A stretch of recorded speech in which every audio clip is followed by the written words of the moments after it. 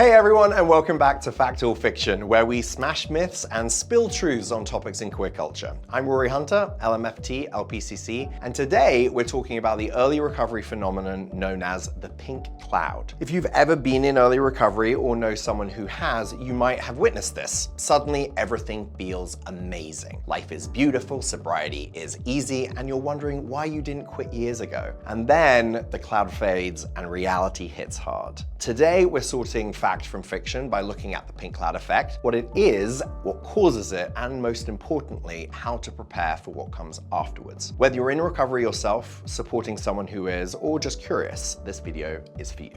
Myth number one, the pink cloud is just psychological. It's all in your head. Not fact, but definitely fiction. While there's definitely a psychological component to feeling optimistic about recovery, the pink cloud is very much rooted in neurobiology. So let's talk about what's really happening in your brain. When you're using substances, whether that's alcohol, meth, cocaine, opiates, or even engaging in behavioral addictions like gambling or compulsive sexual behavior, your brain's reward system gets hijacked. These substances and behaviors flood your brain with dopamine, the neurotransmitter responsible for pleasure and reward. Over time, your brain adapts by producing less dopamine naturally and becoming less sensitive to it. When you stop using, something really fascinating happens as your brain starts to heal. The initial cessation triggers a rebound effect. Dopamine production ramps back up, serotonin receptors begin to repair themselves, which helps boost mood, and new healthy neural pathways start forming through a process called neuroplasticity. You're sleeping better, eating better, and your brain is literally rebuilding itself. And as all of this happens, you might feel better than honestly you've felt in years. This neurochemical surge is what creates that euphoric pink cloud feeling. It's not fake positivity or wishful thinking, it's your brain overcorrecting as it tries to find balance again, and it feels incredible.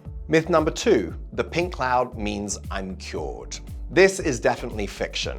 The pink cloud can create a dangerous, false sense of security. When you feel this good, it's easy to think, I've got this. I don't need therapy anymore. I can skip my support group meetings. I can probably handle being around my old using friends. But here's the reality. The pink cloud is temporary. It typically lasts anywhere from a few days to a few months, but it will end. Your brain isn't trying to maintain that euphoric state forever. It's just trying to find homeostasis, a state of balance. That initial high is a chemical overcorrection, and as your neurotransmitter levels stabilize, the euphoria will fade. Building structure in your recovery before the challenges appear is one of the strongest relapse prevention strategies we have. Support doesn't mean something is wrong, support means you're investing in long-term stability. This is why it's crucial to use the pink cloud period wisely. This is your period to establish healthy habits, build your support network, and engage in therapy, as well as develop coping strategies.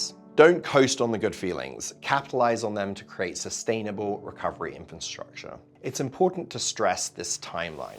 The pink cloud typically ends a few weeks or a few months into recovery, meaning those in their first year are at the highest risk of relapse as a consequence of the pink cloud ending. Myth number three, the crash after the pink cloud is just in my head. More falsehoods. After the pink cloud fades, some people experience a period known as Post-Acute Withdrawal Syndrome, or PAWS. This is not just feeling a bit depressed, it's a recognized neurobiological phase of recovery. And honestly, it can be really rough. PAWS involves ongoing neurobiological challenges as your brain continues its long-term healing process. We're talking about persistent symptoms that can include mood swings and emotional volatility, anxiety and depression, sleep disturbances, difficulty concentrating and memory problems, low motivation, and an increased sensitivity to stress. These symptoms can last for months or even years after you stop using.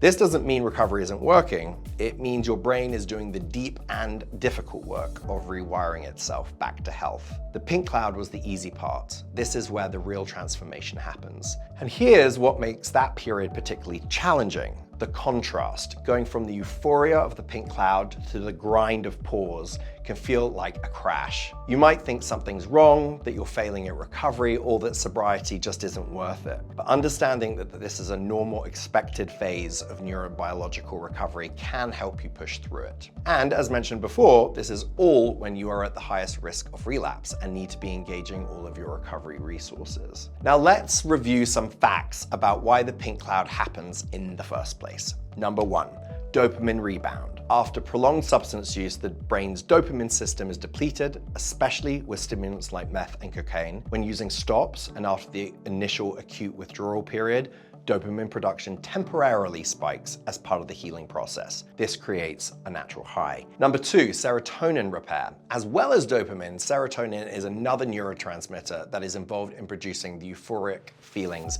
that drugs can create. In particular, drugs like MDMA and LSD release a lot of serotonin. As serotonin pathways begin repairing, mood and emotional regulation improve, sometimes dramatically. Number 3, neuroplasticity. The brain starts forming new and healthier pathways. Better sleep, nutrition, connection, and a sense of safety, i.e. just better lifestyle choices, all accelerate this repair. And number 4, stabilization.